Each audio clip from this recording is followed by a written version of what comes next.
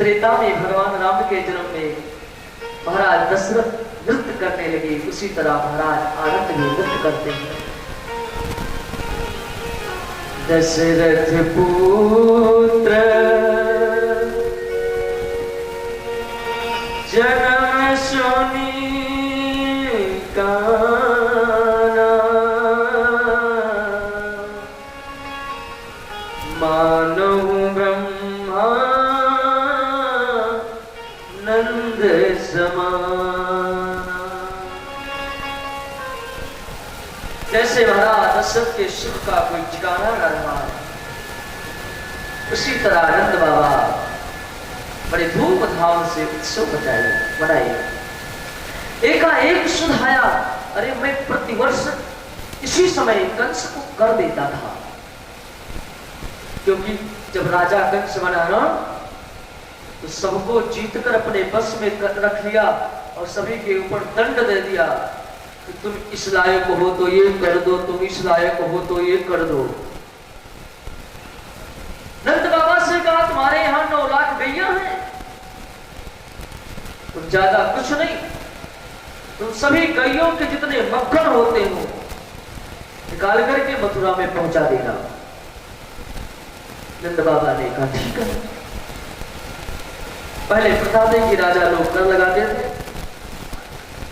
तो कर देरी हो जाए तो कर भी लेते, उसका दंड भी देते। नंद बाबा ने सोचा अब चल करके कर दे दिया जाए। ग्वाल वालों को बुलाया और कहा भैया देखो मैं तो उत्सव में भूल गया और आप लोग भी भूल गए, आप लोग यहाँ पर आनंद उत्सव मनाओ, अब मैं मथुरा के लिए जाता हूँ। गोपान गोकुल चराया, निरूप्य मथुरा गता, नंदा कंसस्य वर्षक्यम् करम दातुं कुरुद्वम्। ये कर देना है। और नंद बाबा जी छकड़ों पर माखन को लदाया, चल दिए, कंस को कर दिया। जो ही निकल रही थी तो बंदी गृह में वसुदेव को पता चला कि नंद बाबा आए हैं। एक सैनिक से हाथ जोड़कर कहा भैया जरा नंद बाबा को बुला लाऊंगा, हमारे बहुत प्रिय मित्र हैं, जब से मैं इस कारागार में आया आज तक मैं कभी मिला नहीं। सैनिक गया, बुला कर लाया, आपको वसुदेव जी ने बुलाया है। नंद बाबा दौड़ पड़े। वसुदेव जी महाराज सोचते हैं मैंने अपने लाला को तो इनके आंगन में छोड़कर आया हूं, कम से कम आज उसका संदेशा तो मिल जाए, कम से कम उसको तो जान लो कैसे है। वसुदेव जी के पास नंद बाबा आते हैं, दोनों परस्पर गले मिलते हैं। नंद बाबा से वसुदेव ने कहा बाबा मेरे तरफ से बहुत बहुत बधाई हो, भगवान ने आपकी मन्नत को सुन ही लिया, 90 वर्ष में आपको एक पुत्र रत्न की प्राप्ति हो गई।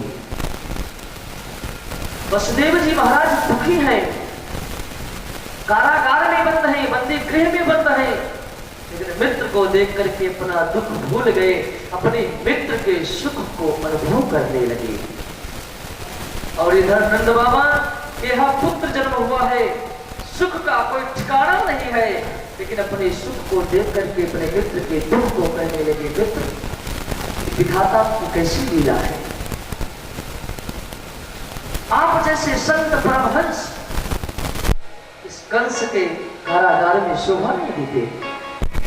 तो महाराज मैंने सुना है आपके 6 पुत्रों को कंस ने मौत के घाट उतार दिया, 7वां गर्भपात हो गया, 8वें में कन्या हुई, उसको कंस ने मार दिया। परस्पर आपस में एक दूसरे दुख सुख को कहते हैं। तुलसी बाबा ने भी यही बताया कि मित्र जो वही होता है जो अपने मित्र के दुख को पहाड़ की तरह अपने सुख को भूल जाए, अन्यथा मित्र नहीं होता। एक मित्र तो दुख में पड़ा है और दूसरा बिल्कुल हलवा पूरी छान रहा है। कहेंगे मित्र हैं नाम नाम के केवल। दुख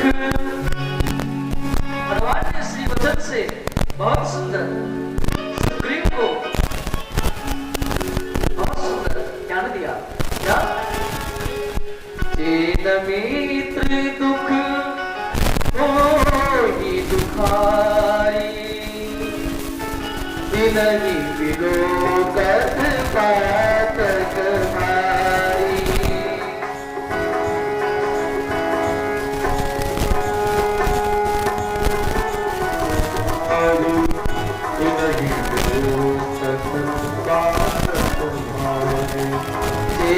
मित्र दुख होगी दुखारी नहीं विलोकत पातक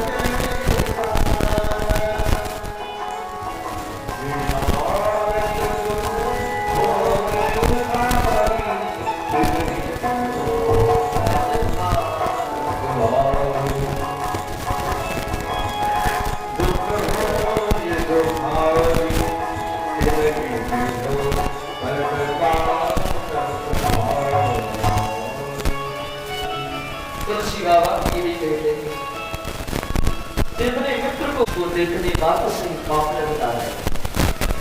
नहीं विलोकत पातक भारी बहुत बड़ा पाप। आज नंद तो वसुदेव जी महाराज एक दूसरे से परस्पर हुआ।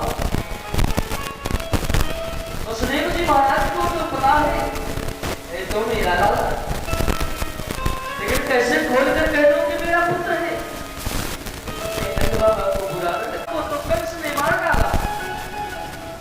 लेकिन जो तुम्हारे यहाँ संतान हुआ सब कुशल है ना? नंद बाबा ने कहा भगवान। वसुदेव जी ने कहा मित्र एक बात मैं जानता हूँ। क्या? जो मुझे ऐसा आभास हो रहा है अब ब्रज में कोई न कोई दुर्घटना घटने वाली है, इसलिए आप तुरंत यहाँ से निकले। मेरी मत लगाना। नंद जी महाराज जानते हैं कि वसुदेव कभी झूठ नहीं बोलते, इसने प्रणाम किया, वंदन किया और आगे चल दिए ब्रज के लिए। माला फेरते हुए कि हे भगवान मेरे ब्रज में कोई दुर्घटना ना घटे, कोई आपदा ना आवे, और यदि आवे तो मेरे लाला के ऊपर ना आवे। यही सब सोच विचार करते हुए जा रहे थे। तब तक कहते हैं सुखदेव भगवान राजन नंद बाबा तो रास्ते में रह गए, लेकिन इनसे पहले कन्हैया की मौसी जी पहुंच गई। और पूतना कनसेन प्रणता घोरा पूतना बाल घातनी शिशुचारा निक्रंते पुरगामाव्रजादिषु। पूतना, पूतना का अर्थ है कि पूतना, पूतना ना बोला कर दो। जिसके पास संतान नहीं है, पूत नहीं है, वो दूसरे के संतान को देखकर कभी खुशी नहीं हो सकती। कंस को पता चला कि हमको मारने वाला कहीं ना कहीं जन्म ले लिया है, तुरंत बैठक किया। कहा देखो अभी हमारी मृत्यु बिल्कुल छोटी है, किसी तरह उसको मारो। तो बकासुर की बहन पूतना ने कहा भैया तुमने मुझे धर्म का बहन बनाया है और मुझ पर छोड़ दो। मैं अपने स्तन में में कालकूट विष लगा करके जाऊंगी। ज्यादा से ज्यादा 1 महीना हुआ होगा जन्म लिए, और मैं 6 महीने के जन्म तक के बालक को